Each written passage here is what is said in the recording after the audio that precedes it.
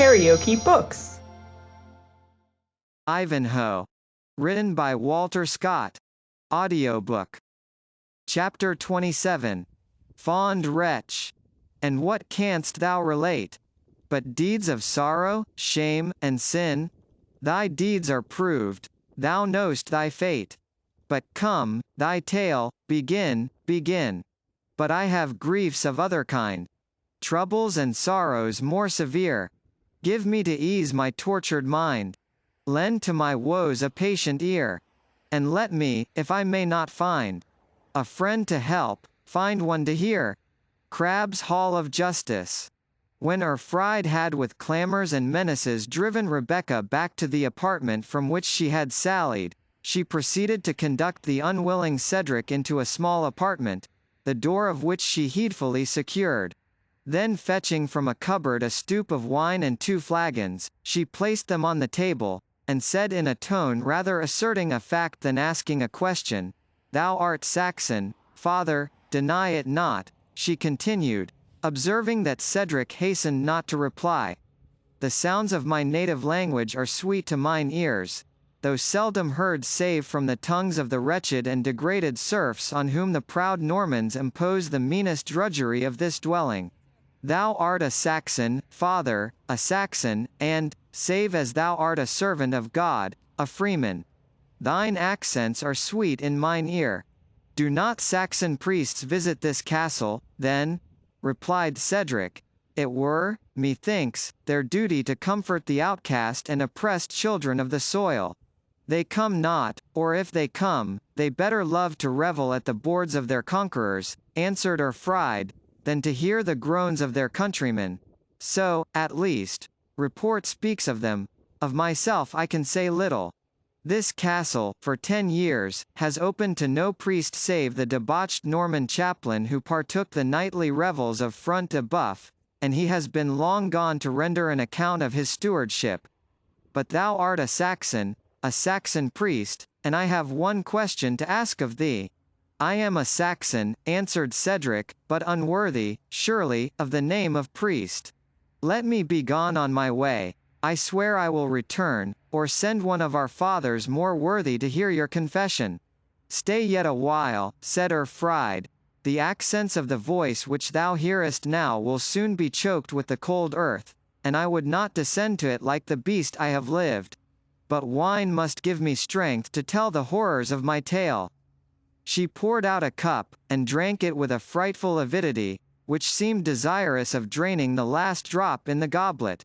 "It stupefies," she said, looking upwards as she finished her draught, "but it cannot cheer. Partake it, father, if you would hear my tale without sinking down upon the pavement."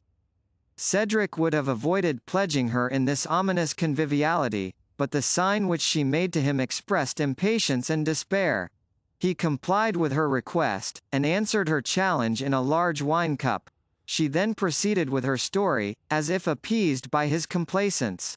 "I was not born," she said, "father, the wretch that thou now seest me. I was free, was happy, was honored, loved, and was beloved. I am now a slave, miserable and degraded, the sport of my master's passions while I had yet beauty, the object of their contempt, scorn, and hatred, since it has passed away. Dost thou wonder, father, that I should hate mankind, and, above all, the race that has wrought this change in me? Can the wrinkled decrepit hag before thee, whose wrath must vent itself in impotent curses, forget she was once the daughter of the noble Thane of Torquilstone, before whose frown 1,000 vassals trembled? Thou the daughter of Torquil Wolfganger," said Cedric, receding as he spoke, thou, the daughter of that noble Saxon, my father's friend and companion in arms." "Thy father's friend," echoed Fried. "Then Cedric called the Saxon stands before me, for the noble Hereward of Rotherwood had but one son, whose name is well known among his countrymen. But if thou art Cedric of Rotherwood, why this religious dress? Hast thou too despaired of saving thy country, and sought refuge from oppression in the shade of the convent?" "It matters not who I am," said Cedric. "Proceed, unhappy woman, with thy tale of horror and guilt." "Guilt there must be, there is guilt even in thy living to tell it. There is, answered the wretched woman, deep, black, damning guilt, guilt, that lies like a load at my breast, guilt, that all the penitential fires of hereafter cannot cleanse. Yes, in these halls, stained with the noble and pure blood of my father and my brethren, in these very halls, to have lived the paramour of their murderer, the slave at once and the partaker of his pleasures, was to render every breath which I drew of vital air, a crime and a curse. Wretched woman, exclaimed Cedric. And while the friends of thy father, while each true Saxon heart, as it breathed a requiem for his soul, and those of his valiant sons, forgot not in their prayers the murdered Ulrica, while all mourned and honoured the dead, thou hast lived to merit our hate and execration, lived to unite thyself with the vile tyrant who murdered thy nearest and dearest, who shed the blood of infancy, rather than a male of the noble house of Torquil Wolfganger should survive. With him hast thou lived to unite thyself, and in the hands of lawless love. In lawless hands, indeed, but not in those of love, answered the hag. Love will sooner visit the regions of eternal doom, than those unhallowed vaults. No, with that at least I cannot reproach myself. Hatred to Front de Boeuf and his race governed my soul most deeply, even in the hour of his guilty endearments. You hated him, and yet you lived, replied Cedric, wretch. Was there no poniard, no knife, no bodkin? Well was it for thee, since thou didst prize such an existence, that the secrets of a Norman castle are like those of the grave. For had I but dreamed of the daughter of Torquil living in foul communion with the murderer of her father, the sword of a true Saxon had found thee out even in the arms of thy paramour. Wouldst thou indeed have done this justice to the name of Torquil? Said Ulrica, for we may now lay aside her assumed name of Erfried. Thou art then the true Saxon report speaks thee. For even within these accursed walls, where, as thou well sayest, guilt shrouds itself in inscrutable mystery, even there has the name of Cedric been sounded, and I, wretched and degraded, have rejoiced to think that there yet breathed an avenger of our unhappy nation. I also have had my hours of vengeance.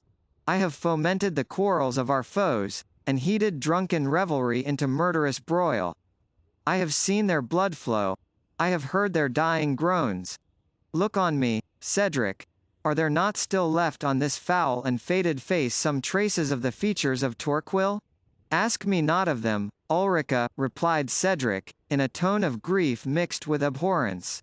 These traces form such a resemblance as arises from the graves of the dead, when a fiend has animated the lifeless corpse. Be it so, answered Ulrica.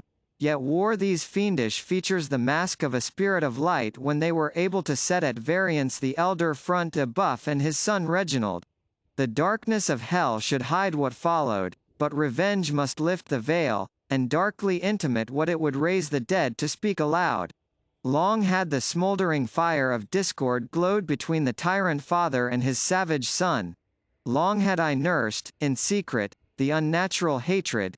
It blazed forth in an hour of drunken wassail, and at his own board fell my oppressor by the hand of his own son. Such are the secrets these vaults conceal. Rend asunder, ye accursed arches, she added, looking up towards the roof, and bury in your fall all who are conscious of the hideous mystery. And thou, creature of guilt and misery, said Cedric, what became thy lot on the death of thy ravisher? Guess it, but ask it not. Here I dwelt, till age, premature age, has stamped its ghastly features on my countenance, scorned and insulted where I was once obeyed, and compelled to bound the revenge which had once such ample scope, to the efforts of petty malice of a discontented menial, or the vain or unheeded curses of an impotent hag, condemned to hear from my lonely turret the sounds of revelry in which I once partook, or the shrieks and groans of new victims of oppression. Ulrica, said Cedric, with a heart which still, I fear, regrets the lost reward of thy crimes, as much as the deeds by which thou didst acquire that meed. How didst thou dare to address thee to one who wears this robe? Consider, unhappy woman, what could the sainted Edward himself do for thee? Were he here in bodily presence? The royal confessor was endowed by heaven with power to cleanse the ulcers of the body, but only God himself can cure the leprosy of the soul. Yet, turn not from me, stern prophet of wrath, she exclaimed, but tell me, if thou canst, in what shall terminate these new and awful feelings that burst on my solitude? Why do deeds, long since done, rise before me in new and irresistible horrors? What fate is prepared beyond the grave for her, to whom God has assigned on earth a lot of such unspeakable wretchedness? Better had I turned to Woden, Hertha, and Zernebok, to Mista, and to Skogula, the gods of our yet unbaptized ancestors, than endure the dreadful anticipations which have of late haunted my waking and my sleeping hours. I am no priest, said Cedric, turning with disgust from this miserable picture of guilt, wretchedness, and despair. I am no priest, though I wear a priest's garment. Priest or layman, answered Ulrica, thou art the first I have seen for 20 years, by whom God was feared or man regarded, and dost thou bid me despair? I bid thee repent, said Cedric. Seek to prayer and penance, and mayest thou find acceptance. But I cannot, I will not, longer abide with thee. Stay yet a moment, said Ulrica. Leave me not now, son of my father's friend, lest the demon who has governed my life should tempt me to avenge myself of thy hard-hearted scorn. Thinkest thou, if Front de Boeuf found Cedric the Saxon in his castle, in such a disguise, that thy life would be a long one? Already his eye has been upon thee like a falcon on his prey. And be it so, said Cedric, and let him tear me with beak and talons, ere my tongue say one word which my heart doth not warrant. I will die a Saxon, true in word, open in deed. I bid thee avaunt. Touch me not, stay me not. The sight of Front de Boeuf himself is less odious to me than thou, degraded and degenerate as thou art. Be it so, said Ulrica, no longer interrupting him. Go thy way, and forget, in the insolence of thy superiority, that the wretch before thee is the daughter of thy father's friend. Go thy way. If I am separated from mankind by my sufferings, separated from those whose aid I might most justly expect, not less will I be separated from them in my revenge. No man shall aid me, but the ears of all men shall tingle to hear of the deed which I shall dare to do. Farewell. Thy scorn has burst the last tie which seemed yet to unite me to my kind. A thought that my woes might claim the compassion of my people.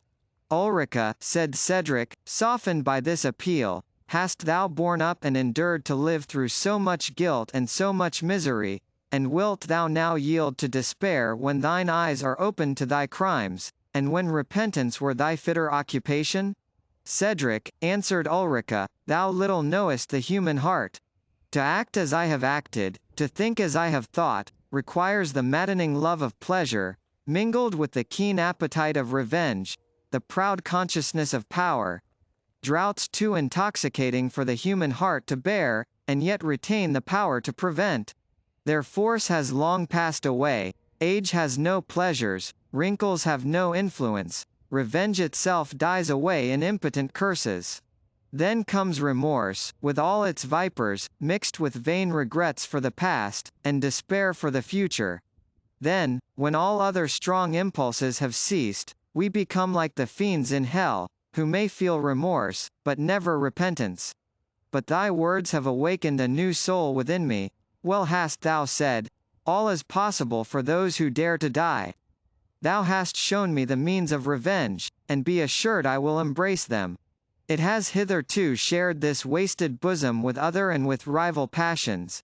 Henceforward it shall possess me wholly, and thou thyself shalt say, that, whatever was the life of Ulrica, her death well became the daughter of the noble Torquil. There is a force without beleaguering this accursed castle. Hasten to lead them to the attack, and when thou shalt see a red flag wave from the turret on the eastern angle of the donjon, press the Normans hard. They will then have enough to do within, and you may win the wall in spite both of bow and mangonel. Begone, I pray thee, follow thine own fate, and leave me to mine. Cedric would have inquired farther into the purpose which she thus darkly announced, but the stern voice of Front de Bœuf was heard, exclaiming, "Where tarries this loitering priest? By the scallop shell of Compostella, I will make a martyr of him, if he loiters here to hatch treason among my domestics." "What a true prophet," said Ulrica, "is an evil conscience. But heed him not, out unto thy people, cry your Saxon onslaught, and let them sing their war song of Rollo, if they will. Vengeance shall bear a burden to it." As she thus spoke, she vanished through a private door, and Reginald Front de Bœuf entered the apartment. Cedric, with some difficulty, compelled himself to make obeisance to the haughty baron, who returned his courtesy with a slight inclination of the head. "Thy penitents, father, have made a long shrift. It is the better for them, since it is the last they shall ever make. Hast thou prepared them for death?" "I found them," said Cedric, in such French as he could command, expecting the worst, from the moment they knew into whose power they had fallen. "How now, Sir Friar," replied Front de Bœuf, "thy speech, methinks, smacks of a Saxon tongue." "I was bred in the convent of Saint Withold a Burton," answered Cedric. "Ay," said the baron, "it had been better for thee to have been a Norman, and better for my purpose too, but need has no choice of messengers. That Saint Witholds of Burton is an owlet's nest worth the harrying. The day will soon come that the frock shall protect the Saxon as little as the mailcoat." "God's will be done," said Cedric, in a voice tremulous with passion, which Front de Bœuf imputed to fear. "I see," said he, "thou dreamest already that our men-at-arms are in thy refectory and thy ale-vaults. But do me one cast of thy holy office, and, come what list of others, thou shalt sleep as safe in thy cell as a snail within his shell of proof." "Speak your commands," said Cedric, with suppressed emotion. "Follow me through this passage, then, that I may dismiss thee by the postern." And as he strode on his way before the supposed friar, Front de Bœuf thus schooled him in the part which he desired he should act.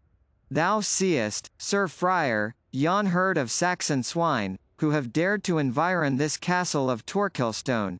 Tell them whatever thou hast a mind of the weakness of this fortalice, or aught else that can detain them before it for 24 hours. Meantime bear thou this scroll, but soft, canst read, Sir Priest?" "Not a jot I," answered Cedric, "save on my breviary, and then I know the characters, because I have the holy service by heart, praised be Our Lady and Saint Withold. The fitter messenger for my purpose. Carry thou this scroll to the castle of Philip de Malvoisin. Say it cometh from me, and is written by the Templar Brian de Bois Gilbert, and that I pray him to send it to York with all the speed man and horse can make. Meanwhile, tell him to doubt nothing, he shall find us whole and sound behind our battlement. Shame on it, that we should be compelled to hide thus by a pack of runagates, who are wont to fly even at the flash of our pennons and the tramp of our horses. I say to thee, priest, contrive some cast of thine art to keep the knaves where they are, until our friends bring up their lances. My vengeance is awake, and she is a falcon that slumbers not till she has been gorged. By my patron saint," said Cedric, with deeper energy than became his character, "and by every saint who has lived and died in England, your commands shall be obeyed. Not a Saxon shall stir from before these walls, if I have art and influence to detain them there." "Ha!" said Front de Bœuf, "thou chongest thy tone, Sir Priest, and speakest brief and bold, as if thy heart were in the slaughter of the Saxon herd, and yet thou art thyself of kindred to the swine?" Cedric was no ready practicer of the art of dissimulation, and would at this moment have been much the better of a hint from Wamba's more fertile brain.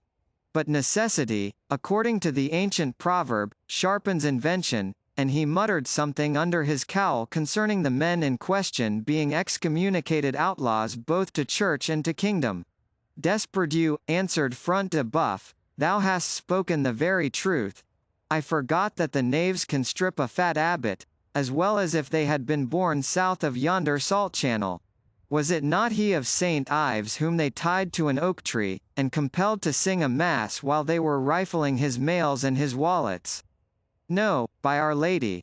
That jest was played by Gaultier of Middleton, one of our own companions at arms.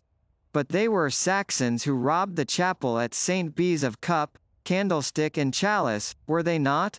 They were godless men, answered Cedric. Ay, and they drank out all the good wine and ale that lay in store for many a secret carousal, when ye pretend ye are but busied with vigils and primes. Priest, thou art bound to revenge such sacrilege. I am indeed bound to vengeance, murmured Cedric. Saint Withhold knows my heart. Front de Boeuf, in the meanwhile, led the way to a postern, where, passing the moat on a single plank, they reached a small barbican, or exterior defence, which communicated with the open field by a well-fortified sallyport. Be gone, then, and if thou wilt do mine errand, and if thou return hither when it is done, thou shalt see Saxon flesh cheap as ever was hogs in the shambles of Sheffield. And, hark thee, thou seemest to be a jolly confessor, come hither after the onslaught, and thou shalt have as much Malvoisie as would drench thy whole convent. Assuredly we shall meet again, answered Cedric. Something in hand the whilst, continued the Norman, and, as they parted at the postern door, he thrust into Cedric's reluctant hand a gold byzant, adding, Remember, I will fly off both cowl and skin, if thou failest in thy purpose. And full leave will I give thee to do both, answered Cedric, leaving the postern, and striding forth over the free field with a joyful step. If, when we meet next, I deserve not better at thine hand. Turning then back towards the castle, he threw the piece of gold towards the donor, exclaiming at the same time, False Norman, thy money perish with thee. Front de Boeuf heard the words imperfectly, but the action was suspicious. Archers, he called to the warders on the outward battlements, send me an arrow through yon monk's frock. Yet stay, he said, as his retainers were bending their bows, it avails not, we must thus far trust him since we have no better shift. I think he dares not betray me, at the worst I can but treat with these Saxon dogs whom I have safe in kennel. Ho! Giles Jailer, let them bring Cedric of Rotherwood before me, and the other churl, his companion, him I mean of Coningsburgh, Athelstane there, or what call they him? Their very names are an encumbrance to a Norman knight's mouth, and have, as it were, a flavour of bacon.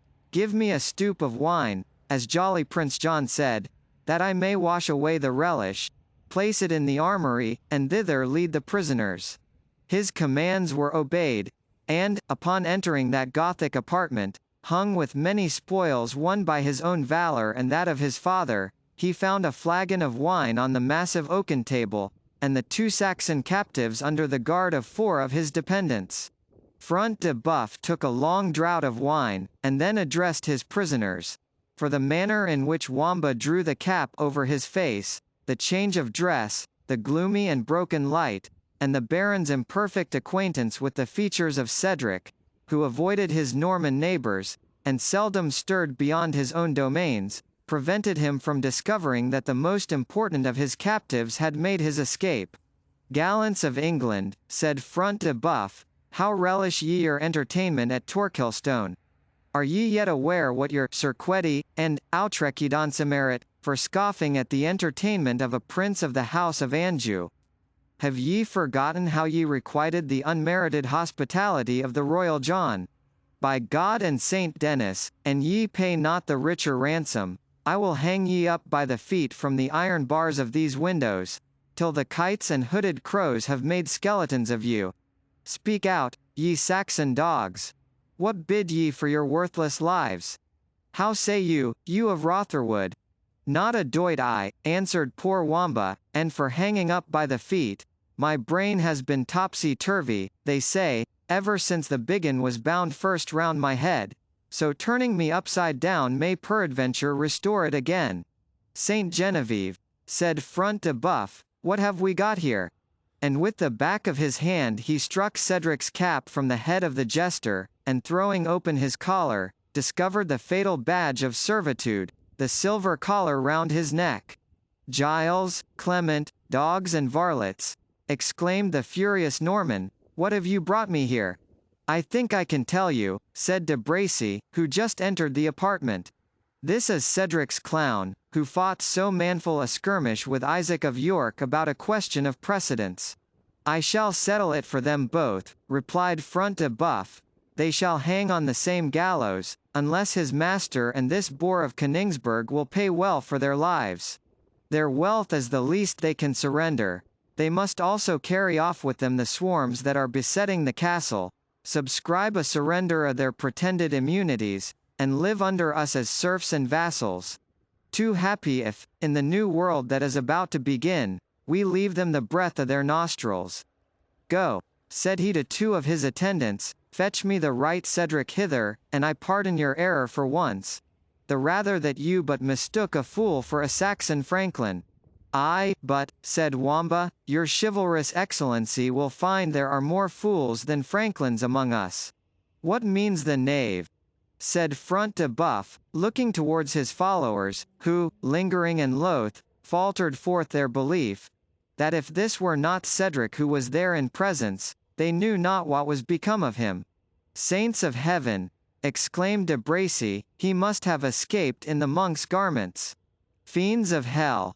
echoed Front de Bœuf, "it was then the boar of Rotherwood whom I ushered to the postern, and dismissed with my own hands. And thou," he said to Wamba, "whose folly could overreach the wisdom of idiots yet more gross than thyself. I will give thee holy orders. I will shave thy crown for thee. Here, let them tear the scalp from his head, and then pitch him headlong from the battlements. Thy trade is to jest. Canst thou jest now? You deal with me better than your word, noble knight," whimpered forth poor Wamba, whose habits of buffoonery were not to be overcome even by the immediate prospect of death. "If you give me the red cap you propose, out of a simple monk you will make a cardinal." "The poor wretch," said de Bracy, "is resolved to die in his vocation. Front de Bœuf, you shall not slay him. Give him to me to make sport for my free companions. How sayst thou, knave? Wilt thou take heart of grace, and go to the wars with me?" "Aye, with my master's leave," said Wamba, "for, look you, I must not slip collar," and he touched that which he wore, without his permission. "Oh, a Norman saw will soon cut a Saxon collar," said de Bracy. "Aye, noble sir," said Wamba, "and thence goes the proverb. Norman saw on English oak. On English neck a Norman yoke. Norman spoon in English dish. And England ruled as Normans wish. Blithe world to England never will be more, till England's rid of all the four." "Thou dost well, de Bracy," said Front de Bœuf, "to stand there listening to a fool's jargon, when destruction is gaping for us. Seest thou not we are overreached, and that our proposed mode of communicating with our friends without has been disconcerted by this same motley gentleman thou art so fond to brother? What views have we to expect but instant storm?" "To the battlements then," said de Bracy. "When didst thou ever see me the graver for the thoughts of battle? Call the Templar yonder, and let him fight but half so well for his life as he has done for his order. Make thou to the walls thyself with thy huge body. Let me do my poor endeavour in my own way, and I tell thee the Saxon outlaws may as well attempt to scale the clouds, as the castle of Torquilstone. Or, if you will treat with the banditti, why not employ the mediation of this worthy franklin, who seems in such deep contemplation of the wine flagon? Here, Saxon," he continued, addressing Athelstane, and handing the cup to him, "rinse thy throat with that noble liquor, and rouse up thy soul to say what thou wilt do for thy liberty." "What a man of mould may," answered Athelstane, "providing it be what a man of manhood ought. Dismiss me free, with my companions, and I will pay a ransom of 1,000 marks. And wilt moreover assure us the retreat of that scum of mankind who are swarming around the castle, contrary to God's peace and the king's," said Front de Bœuf. "In so far as I can," answered Athelstane, "I will withdraw them. And I fear not but that my father Cedric will do his best to assist me." "We are agreed then," said Front de Bœuf. "Thou and they are to be set at freedom, and peace is to be on both sides, for payment of 1,000 marks. It is a trifling ransom, Saxon, and thou wilt owe gratitude to the moderation which accepts of it in exchange of your persons. But mark, this extends not to the Jew Isaac, nor to the Jew Isaac's daughter, said the Templar, who had now joined them. Neither, said Front de Boeuf, belong to this Saxon's company. I were unworthy to be called Christian, if they did, replied Athelstane. Deal with the unbelievers as ye list. Neither does the ransom include the Lady Rowena, said de Bracy. It shall never be said I was scared out of a fair prize without striking a blow for it. Neither, said Front de Boeuf, does our treaty refer to this wretched jester, whom I retain, that I may make him an example to every knave who turns jest into earnest. The Lady Rowena, answered Athelstane, with the most steady countenance, is my affianced bride. I will be drawn by wild horses before I consent to part with her. The slave Wamba has this day saved the life of my father Cedric. I will lose mine ere a hair of his head be injured. Thy affianced bride? The Lady Rowena the affianced bride of a vassal like thee? Said de Bracy. Saxon, thou dreamest that the days of thy 7 kingdoms are returned again. I tell thee, the princes of the house of Anjou confer not their wards on men of such lineage as thine. My lineage, proud Norman, replied Athelstane, is drawn from a source more pure and ancient than that of a beggarly Frenchman, whose living is won by selling the blood of the thieves whom he assembles under his paltry standard. Kings were my ancestors, strong in war and wise in council, who every day feasted in their hall more hundreds than thou canst number individual followers, whose names have been sung by minstrels, and their laws recorded by wittenage motes, whose bones were interred amid the prayers of saints, and over whose tombs minsters have been builded. Thou hast it, de Bracy, said Front de Boeuf, well pleased with the rebuff which his companion had received. The Saxon hath hit thee fairly. As fairly as a captive can strike, said de Bracy, with apparent carelessness, for he whose hands are tied should have his tongue at freedom. But thy glibness of reply, comrade, rejoined he, speaking to Athelstane, will not win the freedom of the Lady Rowena. To this Athelstane, who had already made a longer speech than was his custom to do on any topic, however interesting, returned no answer. The conversation was interrupted by the arrival of a menial, who announced that a monk demanded admittance at the postern gate.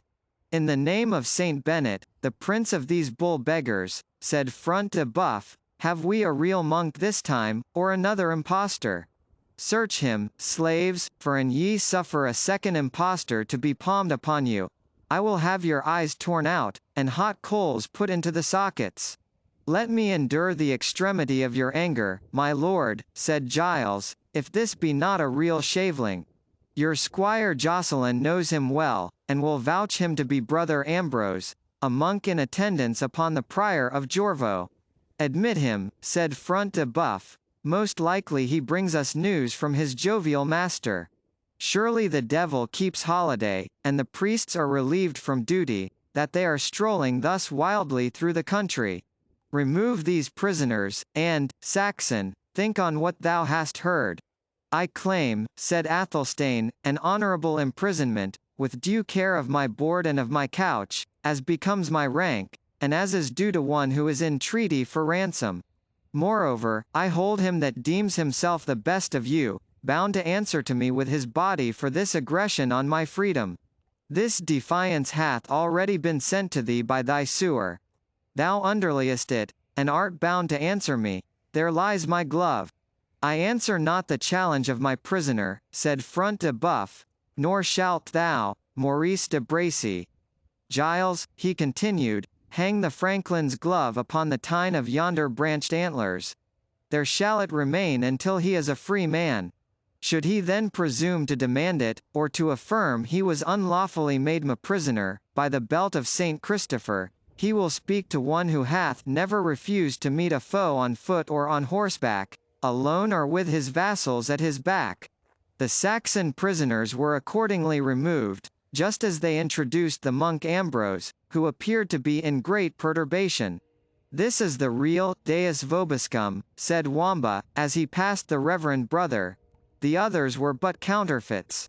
Holy Mother, said the monk, as he addressed the assembled knights, I am at last safe and in Christian keeping. Safe thou art, replied de Bracy, and for Christianity, here is the stout Baron Reginald Front de Buff, whose utter abomination is a Jew, and the good Knight Templar, Brian de Bois Gilbert, whose trade is to slay Saracens. If these are not good marks of Christianity, I know no other which they bear about them. Ye are friends and allies of our reverend father in God, Aymer, Prior of Jorvaux, said the monk, without noticing the tone of de Bracy's reply. Ye owe him aid both by knightly faith and holy charity. For what saith the blessed Saint Augustine, in his treatise, De Civitate Dei? What saith the devil? Interrupted Front de Buff. Or rather what dost thou say, Sir Priest? We have little time to hear texts from the Holy Fathers. Sancta Maria! Ejaculated Father Ambrose, how prompt to ire are these unhallowed laymen! But be it known to you, brave knights, that certain murderous caitiffs, casting behind them fear of God, and reverence of his church, and not regarding the bull of the Holy See, si quis, sudende diabolo. Brother priest, said the Templar, all this we know or guess at. Tell us plainly, is thy master, the prior, made prisoner, and to whom? Surely, said Ambrose, he is in the hands of the men of Belial, infestors of these woods, and contemners of the holy text. Touch not mine anointed, and do my prophets not of evil. Here is a new argument for our swords, sirs, said Front de Buff, turning to his companions. And so, instead of reaching us any assistance, the Prior of Jorvaux requests aid at our hands? A man is well helped of these lazy churchmen when he hath most to do. But speak out, priest, and say at once, what doth thy master expect from us? So please you, said Ambrose, violent hands having been imposed on my reverend superior, contrary to the holy ordinance which I did already quote, and the men of Belial having rifled his mails and budgets, and stripped him of 200 marks of pure refined gold, they do yet demand of him a large sum beside, ere they will suffer him to depart from their uncircumcised hands. Wherefore the reverend Father in God prays you, as his dear friends, to rescue him, either by paying down the ransom at which they hold him, or by force of arms, at your best discretion. The foul fiend quell the prior, said Front de Buff, his morning's drought has been a deep one.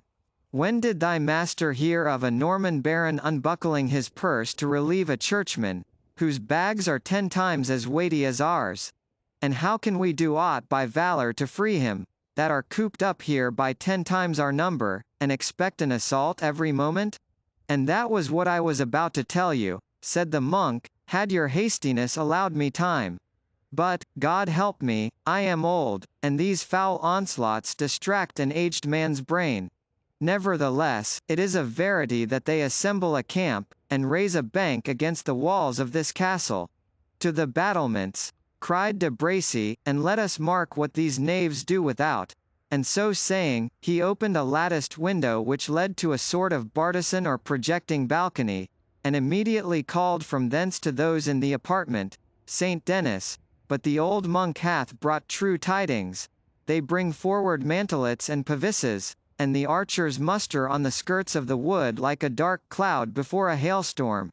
Reginald Front de Buff also looked out upon the field, and immediately snatched his bugle, and, after winding a long and loud blast, commanded his men to their posts on the walls. De Bracy, look to the eastern side, where the walls are lowest, noble Bois Gilbert, thy trade hath well taught thee how to attack and defend. Look thou to the western side.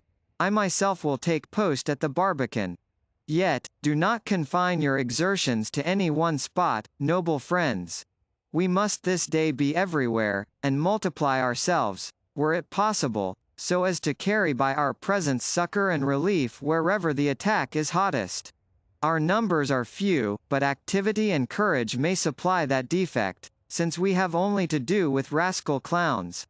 But, noble knights, exclaimed Father Ambrose, amidst the bustle and confusion occasioned by the preparations for defence, will none of ye hear the message of the Reverend Father in God Aymer, Prior of Jorvaux?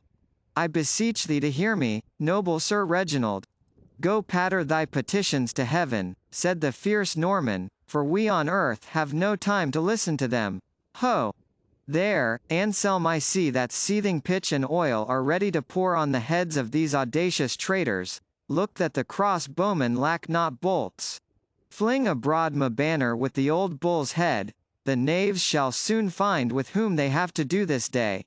But, noble sir, continued the monk, persevering in his endeavours to draw attention, consider my vow of obedience, and let me discharge myself of my superior's errand. Away with this prating dotard, said Front de Bœuf, lock him up in the chapel, to tell his beads till the broil be over. It will be a new thing to the saints in Torquilstone to hear avs and patters. They have not been so honoured, I trow, since they were cut out of stone. Blaspheme not the holy saints, Sir Reginald, said de Bracy, we shall have need of their aid today before yon rascal rout disband. I expect little aid from their hand, said Front de Bœuf, unless we were to hurl them from the battlements on the heads of the villains. There is a huge lumbering St. Christopher yonder, sufficient to bear a whole company to the earth. The Templar had in the meantime been looking out on the proceedings of the besiegers, with rather more attention than the brutal Front de Bœuf or his giddy companion. By the faith of mine order, he said, these men approach with more touch of discipline than could have been judged, however they come by it. See ye how dexterously they avail themselves of every cover which a tree or bush affords, and shun exposing themselves to the shot of our crossbows? I spy neither banner nor pennon among them, and yet will I gauge my golden chain, that they are led on by some noble knight or gentleman, skilful in the practice of wars. I espy him, said de Bracy, I see the waving of a knight's crest, and the gleam of his armour. See yon tall man in the black mail, who is busied marshalling the farther troop of the Rascaille yeomen, by St. Denis. I hold him to be the same whom we called, Le Noir Fainéant, who overthrew thee, Front de Bœuf, in the lists at Ashby. So much the better, said Front de Bœuf, that he comes here to give me my revenge. Some hilding fellow he must be, who dared not stay to assert his claim to the tourney prize which chance had assigned him. I should in vain have sought for him where knights and nobles seek their foes, and right glad am I he hath here shown himself among yon villain yeomanry.